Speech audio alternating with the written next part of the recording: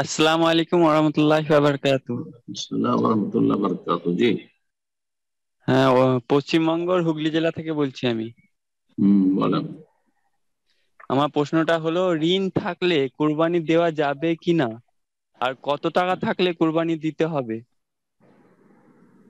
কোরবানির দিনগুলিতে আপনার খেয়ে দিয়ে সংসার চালিয়ে, আর যদি আপনার উপর ঋণের বোঝা থাকে, আর যারা ঋণদাতা তারা সেগুলি চাইছে বা সময় হয়ে গেছে দেওয়ার, ঋণ পরিশোধ করে তারপরে কোরবানি দেওয়ার সময়, কোরবানির পশু কেনার সময় যদি পয়সা থাকে অথবা একটা ভাগ কেনার সময় পয়সা থাকে, তখন কোরবানি আপনার জন্য সুন্নাতে মুআক্কাদা, ওয়াজিব ফরজ নয়।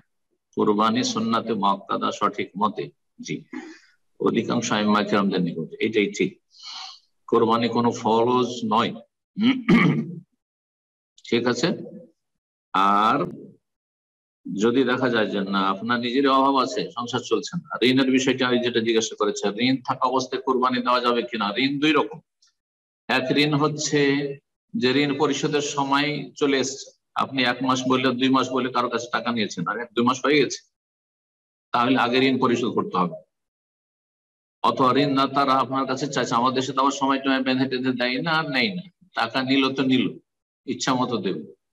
তো ওরা টাকাগুলো চাইছে, ভাই টাকা তো অনেকদিন থেকে দিয়ে রেখেছে, টাকাগুলো দেন। তাহলে আপনার জন্য কোরবানি দেওয়া আগে জায়েজ নয়, আগে ঋণ পরিশোধ করার পরে, আর আপনার ঈদের দিনগুলোতে খাওয়া খরচ রেখে, পরিবারের ভরণ পোষণ খরচ রেখে, আপনার বড় বাপ মা থাকে তাদের খরচ খরচা রেখে তারপরে কোরবানি দিতে পারলে দেবেন। ঋণ থাকা অবস্থায় কোরবানি একটি অবস্থায় দেওয়া যাবে, সেটা হচ্ছে যে ঋণদাতা যদি বলে যে আপনি কোরবানি দিবেন, এই সময় আপনার কাছে পয়সা নেই, তো নেন, 6 মাসের জন্য নিয়ে নেন, অসুবিধা নেই, 6 মাসে কিস্তিতে কিস্তিতে দিয়ে দিবেন। অনেকে ধরেন সৌদি আরবে চাকরি করে বা দেশেও চাকরি করে, অ্যাডভান্স 2-3 মাসের টাকা দিয়ে দিল প্রতিষ্ঠান যে তুমি কোরবানি করো পরে, তো ঋণ নিয়ে কোরবানি দিল, কোনো অসুবিধা নেই, জায়েজ। কারণ যেই ব্যক্তি ঋণ দিচ্ছে সে কোরবানি করার জন্য দিচ্ছে, অথবা হজ করার জন্য দিচ্ছে, যে যান আপনি হজ টজ করে আসেন, আপনি বা কোরবানি করে আসেন, আর তারপরে তখন আপনি আমাকে দিয়েন, অসুবিধা নেই, ধীরে আসতে দিয়েন, অথবা আর তারপরে কতদিনের মধ্যে দিতে পারে, এতদিন, আর ঠিক আছে পরে দিন আপনি।